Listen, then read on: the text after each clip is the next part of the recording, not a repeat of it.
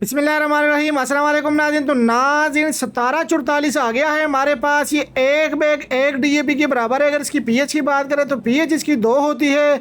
माल की गारंटी है। अगर इसकी वाटर सोलबिलिटी की बात करें तो 100% पानी में हल पजीर है और एक बैग एक डीएपी का बराबर है। यानी कि आज से आप डीएपी खाद का बाईकाट करें और इस खाद का इस्तेमाल करके आप बेहतरीन रिजल्ट हासिल कर सकते हो।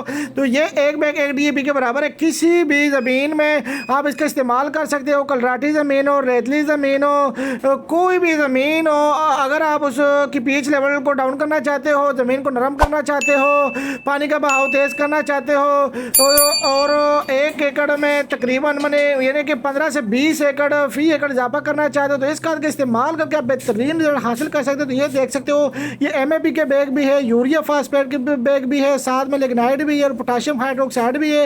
ये माल हमारा माशाल्लाह माल जाता रहता है इधर। तो ये आपको दिखा देते हैं कि क्योंकि ये माल भी बस के थ्रू लोड होकर चला गया है। तो स्क्रीन के ऊपर चलते हुए नंबर पर रब्ता कीजिएगा।